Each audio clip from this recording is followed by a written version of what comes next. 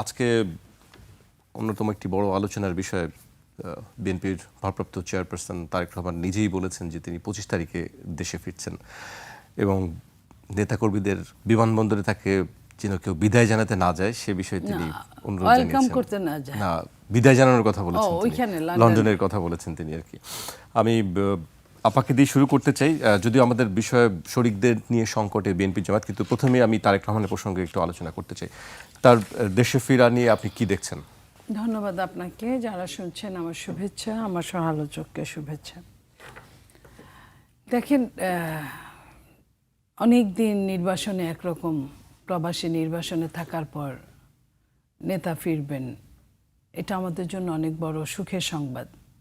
উনি ফিরছেন অবশেষে, এবং আসার পরে আমরা মনে করি যে বাংলাদেশের অনেক জায়গায় রাজনৈতিক যে অশুভ একটা কালচার ইতিমধ্যে শুরু হয়ে গেছে এই নির্বাচনকে কেন্দ্র করে, সেখান থেকে আমরা মনে করি যে উনি আসলে, কিংবা নিজের দলেরও কিছু সমস্যা আছে, সেগুলো সব কিছু আমার মনে হয় যে মিটে যাওয়ার মতো পরিস্থিতি তৈরি হবে এবং আগামী নির্বাচন সুন্দরভাবে হওয়ার জন্য আমরা আশাবাদ ব্যক্ত করছি।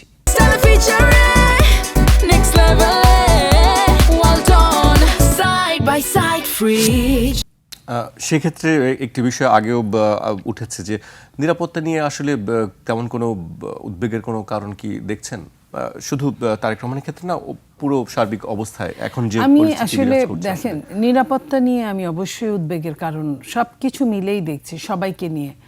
একটা দিনের বেলা নামাজের পরে, শুক্রবারের জুম্মার পরে, হাদির মতো একটা ছেলে, তরতাজা ছেলে, এইভাবে একদম এটা কি বলবো, অব্যর্থ গুলিতে সিরিয়াস মুমূর্ষু ইনজুর্ড হবে, তার বাঁচারই কথা না, এখন যেটুকু আছে আল্লাহই ভালো জানেন।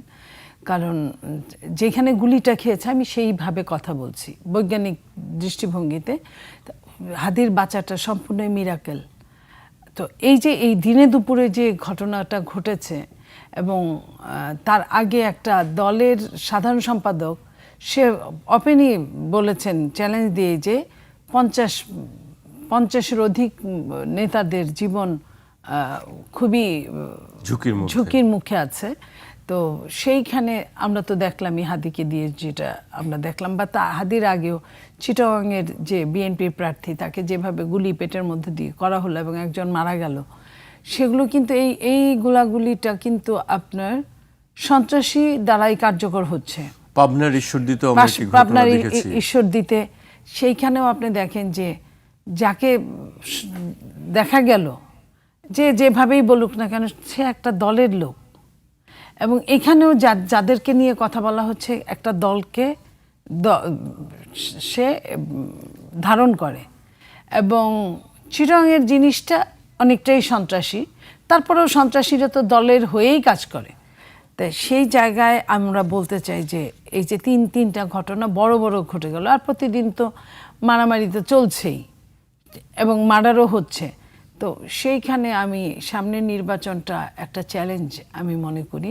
এবং গতকালকে যখন প্রধান উপদেষ্টা ভাষণ দিলেন জনগণের উদ্দেশ্যে হঠাৎ করে, তখনও উনি কিন্তু সুন্দর ভাষণের মধ্যেও কিন্তু ঢুকিয়ে দিলেন যে কি হতে পারে, কি হতে যাচ্ছে, যে একটা পরিত্যক্ত শক্তি ফিরে আসার জন্য প্রবল চেষ্টা করছে।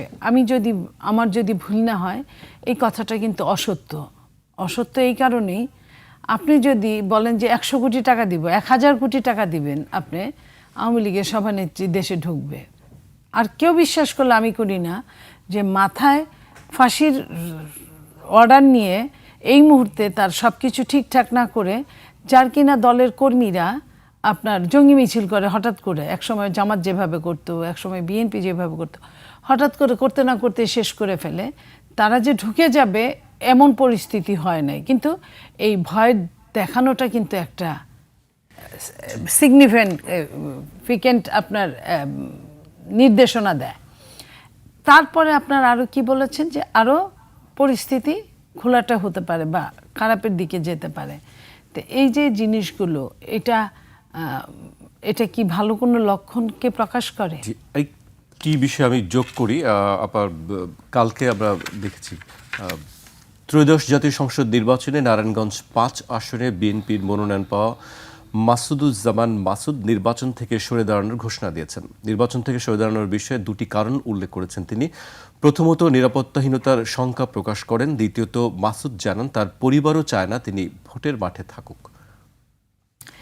আমি এতক্ষণ যে কথাগুলো বললাম, এতক্ষণ যে কথাগুলো বললাম, যে দেশের প্রধান উপদেষ্টা বা প্রধান লোক, নির্বাহী প্রধান, যে দেশে অকপটে একের অধিকবার এই মানুষের জানমালের নিরাপত্তা দিতে তো ব্যর্থই, এবং নিরাপত্তার কথা না বলে অনিরাপদ করে তুলে জীবনটাকে, সেই দেশে এমন হতে পারে, এটাই স্বাভাবিক। আমি মনে করব যে যে এই কাজটা করেছে সে বুদ্ধিমান। সে তার জীবনটাকে, প্রত্যেকটা মানুষ, আমরা বলি বা না বলি, প্রত্যেকটা মানুষ তার জীবনকে বেশি ভালোবাসে, তাকেই বেশি ভালোবাসে। সেই ভালোবাসাটা সে বুঝতে পেরেছে, হাদি বুঝতে পারে নাই। সে বুঝতে পেরেছে, আপনার চিটাগাংয়ের প্রার্থী বুঝতে পারে নাই, বুঝার আগেই ঘটনা ঘটে গেছে। তো এইসব দেখে সে যে বুঝতে পেরেছে, এবং তার ইতিহাস যদি আপনি ব্যক্ত করি, তাহলে তার কিন্তু একটা ব্যাকগ্রাউন্ড আছে, ব্যাকগ্রাউন্ডটাও কিন্তু খুব শুভকর না। সো তার তো একটা এমনিতেই একটা রিস্কের মধ্যেই আছে, আর যে এলাকায় দাঁড়িয়েছে সে এলাকাটাও রিস্ক ফ্রি এলাকা না। সো সব কিছু মিলে আমি মনে করি এই ব্যর্থতার দায় সরকারকেই নিতে হবে। কারণ একটা দেশে একজন প্রার্থী যখন এই ধরনের উক্তি দিয়ে প্রেস কনফারেন্স করে যখন পদত্যাগ করে, মানে ইলেকশন করতে অনীহা প্রকাশ করে, তিনি সেই আশ্বস্তর জায়গাটা তিনি দেখতে পাননি।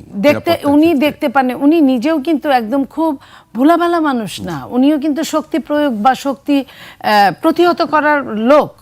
তারপরেও যখন এই কথাটা উনি বলেছেন, ওনার জায়গায় আমি যদি বলতাম তাহলে ভাবতেন যে হ্যাঁ ঠিক আছে, নরম সরম মানুষ, সেটা একটা কথা। বাট উনি যখন এই কথাটা বলেছেন, তখন সরকারের উপরে এই ব্যর্থতার দায়টা পড়ে, এবং সরকার যে কথাগুলো বলেছেন সেটাকেই উনি প্রমাণ করে দেখালেন যে দেশের অবস্থা কতটা নাজুক।